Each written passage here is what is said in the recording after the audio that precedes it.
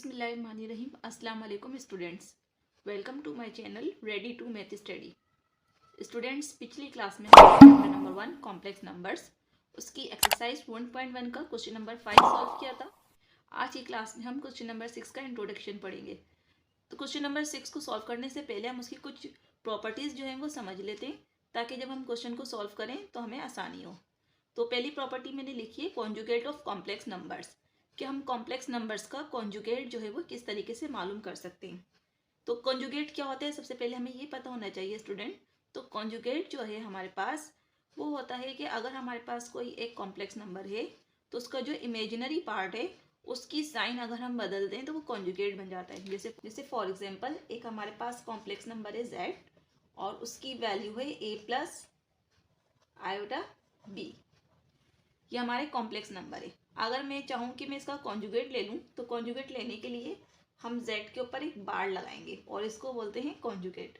तो is equal to a plus iota b और इस पर भी एक बार लगा देंगे। इसका मतलब ये कि हमने इसका ये कॉन्जुगेट ले लिया। तो z bar is equal to, it means कि हम इसको z कॉन्जुगेट पढ़ेंगे। z conjugate is equal to a minus iota b। Conjugate लेने से क्या होगा, जो रियल पार्ट है उस पर कोई चेंजिंग नहीं होगी, वो हमेशा एज इट इज रहेगा। जबकि जो इमेजिनरी पार्ट है उसकी साइन बदल जाएगी। अगर उसकी साइन प्लस है तो चेंज होकर माइनस हो जाएगी, और अगर माइनस होगी तो चेंज होकर प्लस हो जाएगी। जैसे फॉर एग्जांपल अगर हमारे पास एक कॉम्प्लेक्स नंबर है a माइनस आयोटा b, और अगर हम इसका कॉन्जुगेट ले लें तो ये हो जाएगा z कॉन्जुगेट और a माइनस आयोटा b, और इस पर भी आ जाएगा कॉन्जुगेट। तो z conjugate is equal to a plus iota b। अब माइनस साइन तो चेंज होकर प्लस हो गई। और कॉन्जुगेट को हम ऑर्डर पेयर फॉर्म में भी ले सकते हैं, वो भी मैं यहाँ समझा देती हूँ। हमारे पास एक कॉम्प्लेक्स नंबर है z is equal a comma b, जो ऑर्डर पेयर फॉर्म में अगर हम इसका यहाँ कॉन्जुगेट लेना चाहें तो हम z पर कॉन्जुगेट लगाएंगे और a कोमा b पर भी कॉन्जुगेट लगाएंगे। तो z conjugate is equal to हो जाएगा a कोमा माइनस b के। तो ऑर्डर पेयर फॉर्म में भी हम यही करेंगे, जो इमेजिनरी पार्ट होगा उसकी साइन चेंज कर देंगे। इसकी एक दो एग्जांपल देखते हैं स्टूडेंट, ताकि हमें समझ में आए। जैसे फॉर एग्जांपल अगर हमारे पास एक कॉम्प्लेक्स नंबर है z और उसकी वैल्यू है 5 माइनस 2 आयोटा, तो अगर हम इसका एक कॉन्जुगेट लेना चाहें तो ये बन जाएगा z conjugate is equal 5 minus 2 iota, और इस पर हम लगाएंगे कॉन्जुगेट, और z कॉन्जुगेट इज इक्वल हो जाएगा 5 प्लस 2 आयोटा के। एक और एग्जांपल देखते हैं जो ऑर्डर पेयर फॉर्म में। जैसे फॉर एग्जांपल हमारे पास एक कॉम्प्लेक्स नंबर है z और उसकी वैल्यू है 7 कॉमा माइनस 9।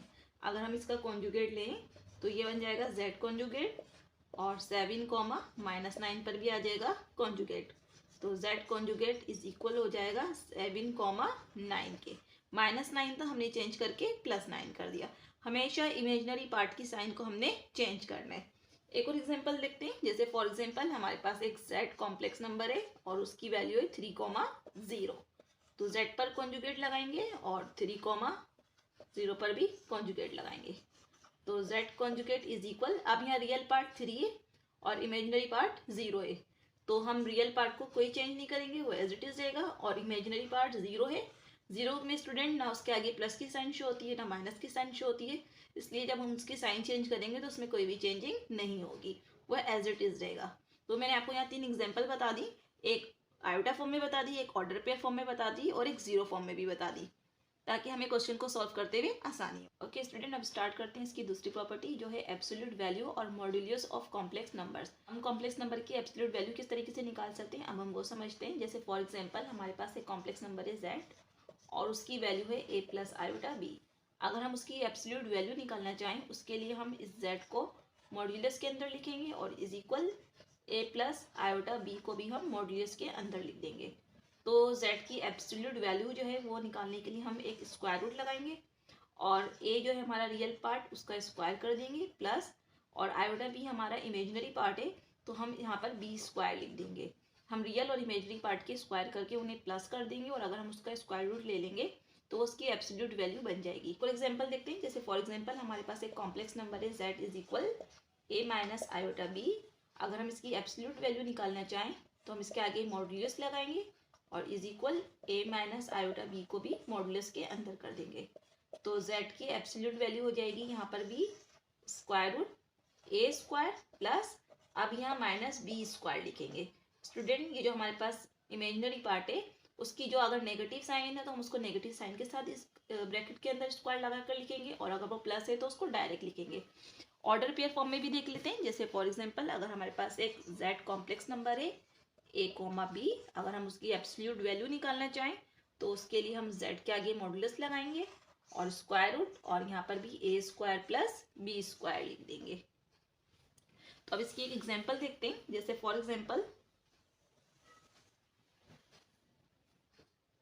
फॉर एग्जांपल हमारे पास एक कॉम्प्लेक्स नंबर है 6 + 8 आयोटा, और हम इसकी एक एब्सोल्यूट वैल्यू निकालना चाह रहे हैं। तो हम यहाँ लिखेंगे z इज इक्वल 6 + 8 आयोटा। ये एब्सोल्यूट वैल्यू निकालने के लिए z इज इक्वल मॉडुलस के अंदर और स्क्वायर रूट, रियल पार्ट पर भी स्क्वायर और इमेजिनरी पार्ट पर भी स्क्वायर। तो इसका रियल पार्ट 6 है और इमेजिनरी पार्ट इसका 8 है। तो ये बन जाएगा z मॉडुलस इक्वल 6 × 6 = 36, 8 × 8 = 64, और z मॉडुलस इक्वल, इन दोनों को प्लस करेंगे तो 100, और z की एब्सोल्यूट वैल्यू आ गई 10। तो स्टूडेंट अब हम स्टार्ट करते हैं इसका क्वेश्चन नंबर 6। तो कि स्टूडेंट अब स्टार्ट कर दें क्वेश्चन नंबर 6, जो मैंने कॉपी कर लिया है। क्वेश्चन नंबर 6 है find the conjugate and absolute value of the following. हमें क्या करना है, कॉन्जुगेट और एब्सोल्यूट वैल्यू मालूम करनी है। जो हमें पार्ट्स दिए गए हैं, क्वेश्चन नंबर 6 के 8 पार्ट है। आज की क्लास में हम इसके 4 पार्ट सॉल्व करेंगे। तो हमें जो भी पार्ट दिया गया है हमें उसका कॉन्जुगेट निकालना है और एब्सोल्यूट वैल्यू निकालनी है। तो फर्स्ट पार्ट मैंने कॉपी कर लिया है, वो है हमारे पास 4 + 5 आयोटा। तो हमें इसका कॉन्जुगेट और इसकी एब्सोल्यूट वैल्यू निकालनी है। तो सबसे पहले हम सपोज कर लेते हैं let z is equal 4 + 5 iota. तो सबसे पहले इसका कॉन्जुगेट मालूम कर लेते हैं। कॉन्जुगेट मालूम करने के लिए यहाँ लिख देते हैं टेकिंग कॉन्जुगेट। तो इसका कॉन्जुगेट लेने के लिए z पर लगा देते हैं बार, और इज इक्वल 4 + 5 आयोटा, और इस पर भी लगा देते हैं बार। तो z conjugate is equal to, real part ऐसे ही रहेगा, उसमें कोई तब्दीली नहीं होगी, और -5 आयोटा, इमेजिनरी पार्ट की साइन चेंज हो जाएगी। तो अब इसकी एब्सोल्यूट वैल्यू निकाल लेते हैं। तो यहाँ लिखते हैं absolute value.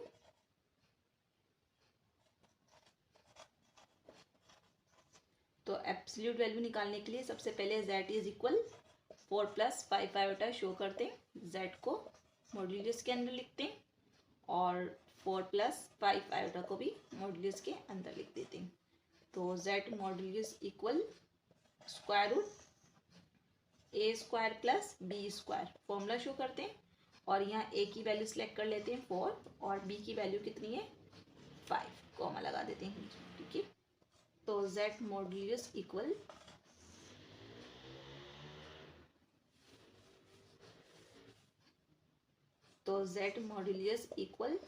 Square root a square plus b square, a की वैल्यू 4 और b की वैल्यू 5 पुट कर देते हैं। तो absolute value of z is equal 4 × 4 = 16, 5 × 5 = 25।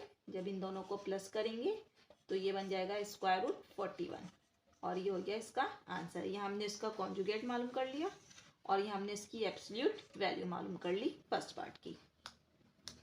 तो अब स्टार्ट करते हैं इसका पार्ट 2। मैंने कॉपी कर लिया है। ये है हमारे पास -1 + 7 आयोटा। सब let z is equal -1 + 7 iota, taking conjugate, क्योंकि हमें पहले इसका कॉन्जुगेट मालूम करना है।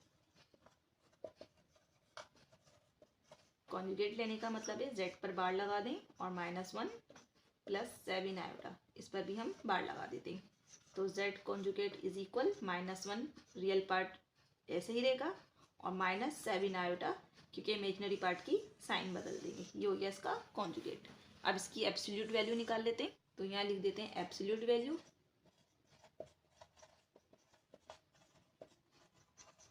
तो एब्सोल्यूट वैल्यू निकालने के लिए z इज इक्वल शो करते हैं -1 + 7 आयोटा, a की वैल्यू -1 और b की वैल्यू 7। तो फॉर्मूला शो करते हैं absolute value of z is equal a square plus b square, तो z is equal A square plus B square, यहाँ -1 पुट कर देते हैं और यहाँ 7 पुट कर देते हैं। Absolute value of z is equal 1 1 = 1 minus minus plus और 7 7 = 49। अगेन z इज इक्वल 1 में 49 प्लस करेंगे तो ये बन जाएगा 50। 50 का स्क्वायर रूट जो है हम निकालेंगे तो वो हमारे पास एग्जैक्ट नहीं निकलेगा, उसके लिए हम इसका एलसीएम ले लेते हैं 50 का। 2 के टेबल से इसका एलसीएम ले लेते हैं। 2 2 = 4, 2 5 = 10, 5 5 = 25 और अगेन 5 1 = 5। तो ये हो गया 2 × 5 × 5 × 5 का पेयर बन गया। उसको बाहर कर देते हैं और स्क्वायर रूट के अंदर सिर्फ 2 बच जाएगा। स्टूडेंट, जब हम स्क्वायर रूट निकालते हैं तो जिसका पेयर बन जाता है उस वैल्यू को हम सिंपल लिख देते हैं और जो वैल्यू हमारे पास पेयर नहीं बनाती है उसको हम स्क्वायर रूट के अंदर लिख देते हैं। तो यहाँ z की एब्सोल्यूट वैल्यू आ गई हमारे पास 5√2 और ये हो गया इसका आंसर। ओके, अब स्टार्ट करते हैं इसका पार्ट 3। मैंने कॉपी कर लिया है। पार्ट 3 है √3 और आयोटा। तो सबसे पहले हम इसका कॉन्जुगेट मालूम कर लेते हैं। तो यहाँ हम z शो कर देते हैं। इसका रियल पार्ट जो है वो हमारे पास नहीं है, इसका मतलब है इसका रियल पार्ट जो है वो 0 है, इसलिए हम इसको यहाँ शो कर देते हैं 0 + √3 आयोटा। ठीक है, अब इस पर कॉन्जुगेट ले लेते हैं। उसके लिए लिख लेते हैं टेकिंग कॉन्जुगेट। कॉन्जुगेट लेने से z पर लगा देते हैं बार इज इक्वल 0 + √3 आयोटा पर भी लगा देते हैं बार।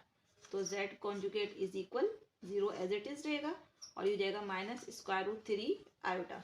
तो z कॉन्जुगेट इज इक्वल हो जाएगा, 0 को शो नहीं करते, तो ये हो जाएगा -√3 आयोटा और ये हो गया इसका आंसर। अब इसकी एब्सोल्यूट वैल्यू निकाल लेते हैं।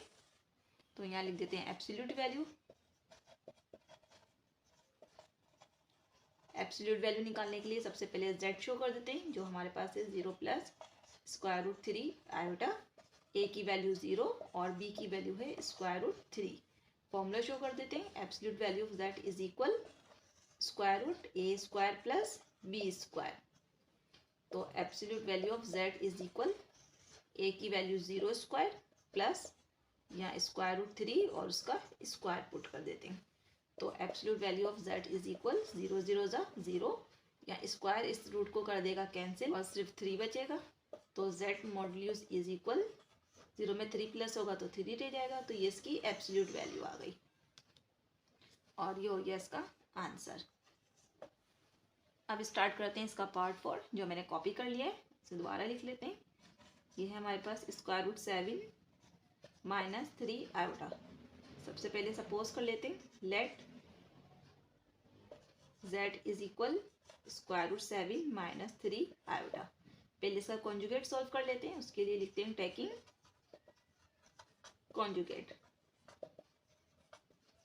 तो कॉन्जुगेट लेने के लिए z पर आ जाएगा बार और इज इक्वल √7 - 3 आयोटा पर भी आ जाएगा बार। 7 सेम एस रहेगा और -3 आयोटा है तो इसकी साइन चेंज होकर हो जाएगी +3 आयोटा और ये हो गया इसका कॉन्जुगेट। अब इसकी एब्सोल्यूट वैल्यू निकाल लेते हैं। तो अब यहाँ लिख देते हैं एब्सोल्यूट वैल्यू।